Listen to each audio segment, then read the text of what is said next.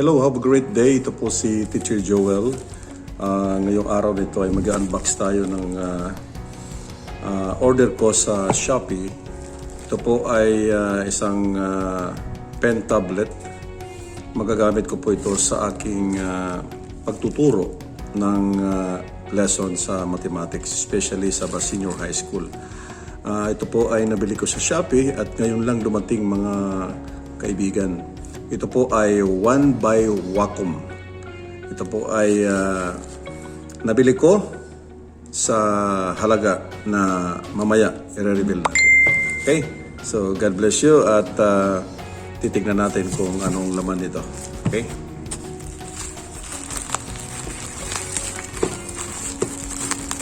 Mahirap magbukas mga kaibigan kung isa mong kamay nasa camera. So, naka-bubble wrap siya. Ito po ay 1 by Wacom, a creative pen tablet. So, meron siyang serial number.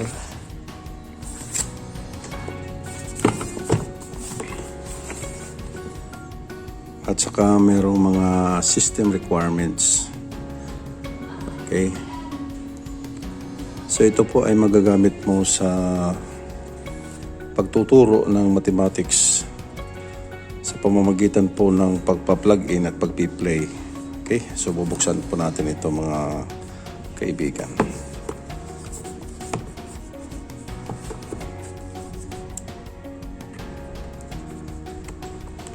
Ang hirap.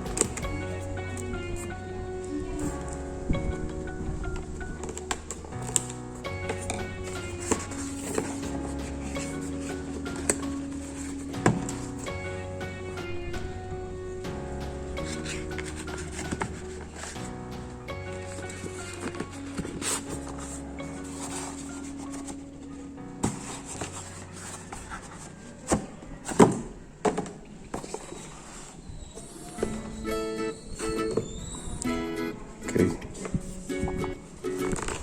Excited ako mga... Hello, ma'am. Yan.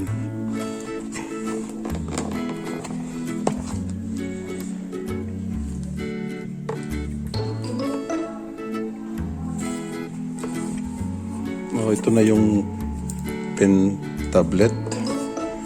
At meron ditong pen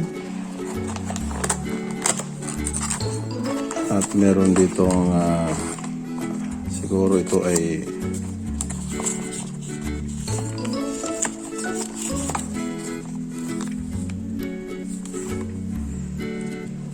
manual ata ito. Tsaka ito yung pen mga kaibigan, meron siyang pinipindot dito. Siguro ito yung kung manipis or kung makapal ang yung pagsusulat. At saka merong ditong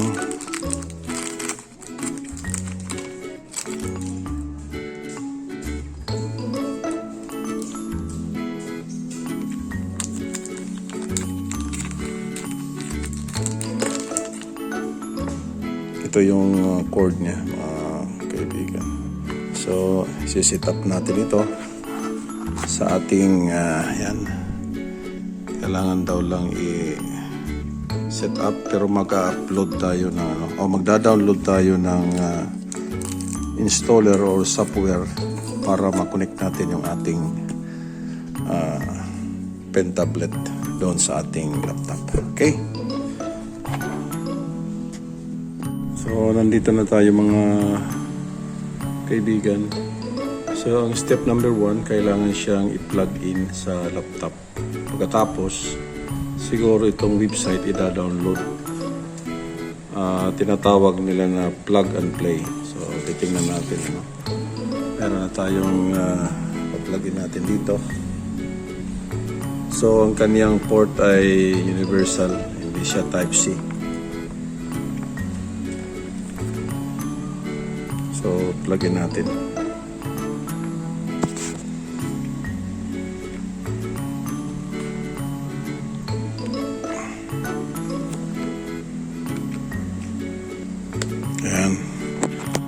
Pagkatapos ay ipa-plug in natin dito sa ating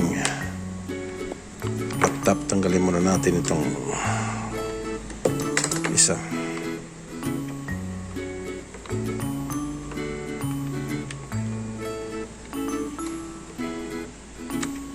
Yan. Tapos meron kalagad siya setting up device. So device ready ka agad So device ready.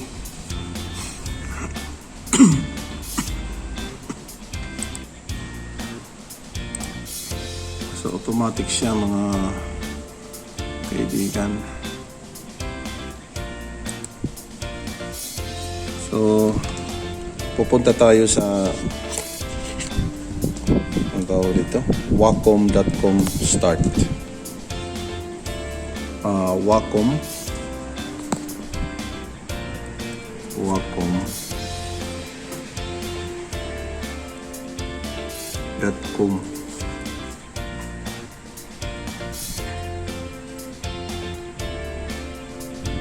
/start.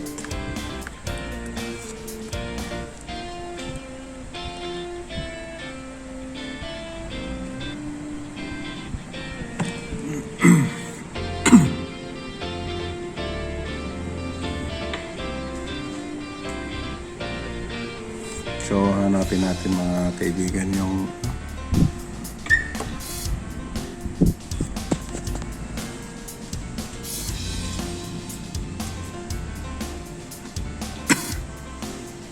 ito yung ating one by Wacom.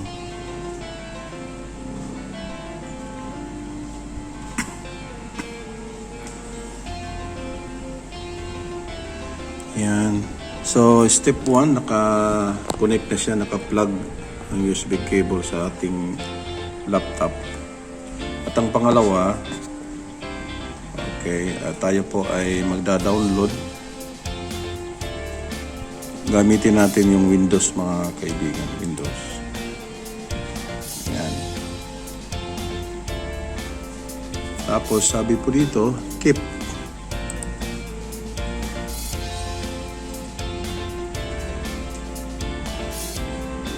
At i-install natin. Install natin, yes. Accept.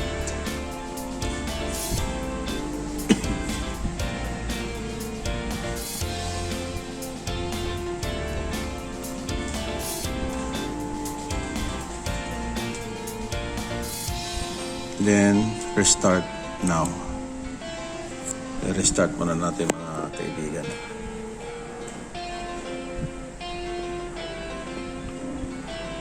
So pwede natin gamitin ito sa PowerPoint bilang pen pag annotate ng ating mga PowerPoint presentation, mga kaibigan. So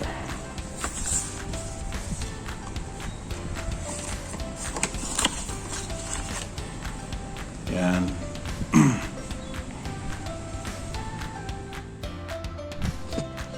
Ito na po mga kaibigan.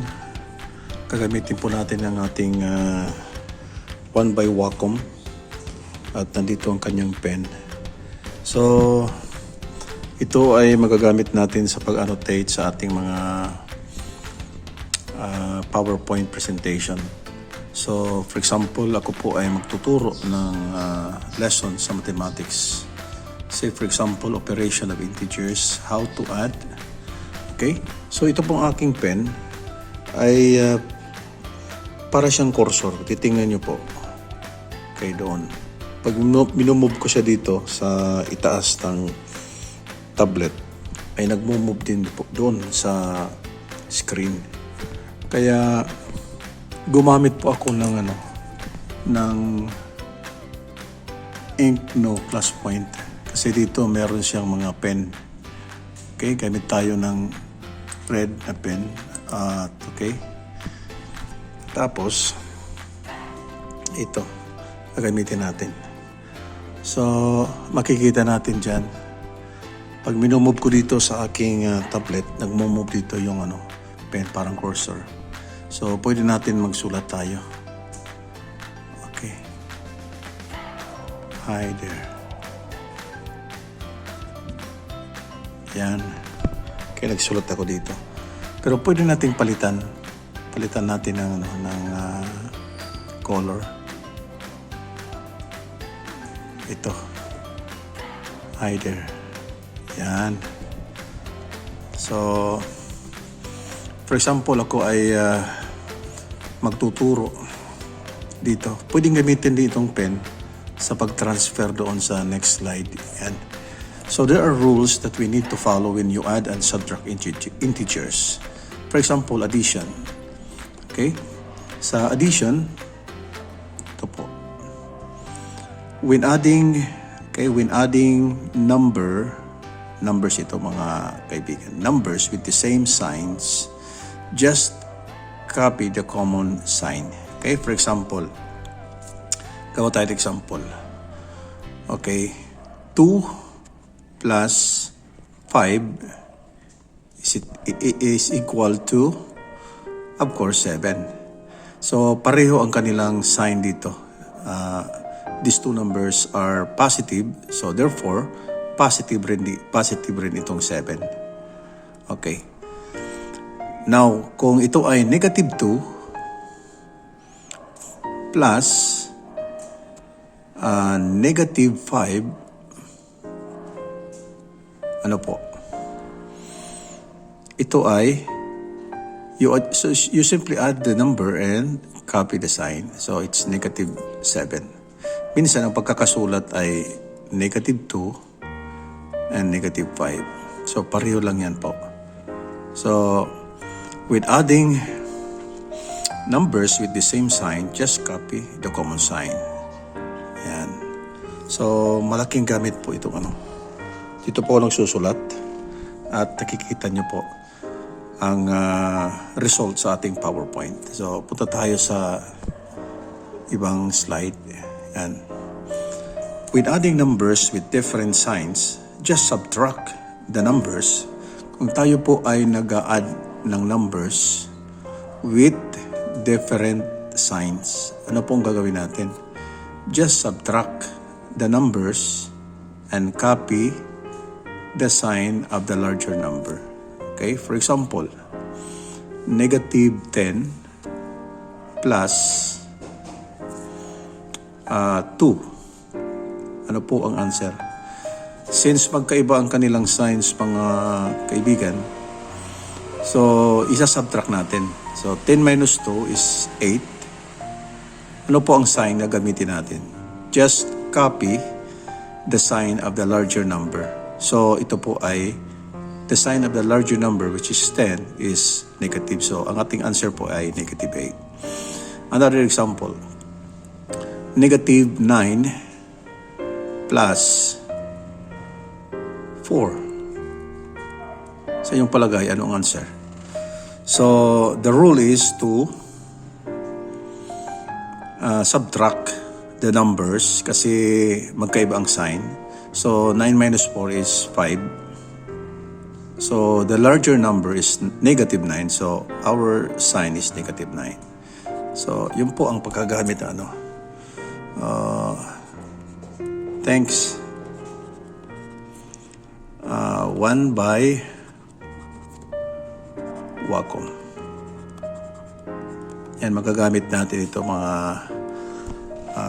kaguro, kaibigan, sa ating online classes. O di kaya, kung ikaw ay magre-record, screen record mo ito. O di kaya magre-record ka na yung PowerPoint presentation.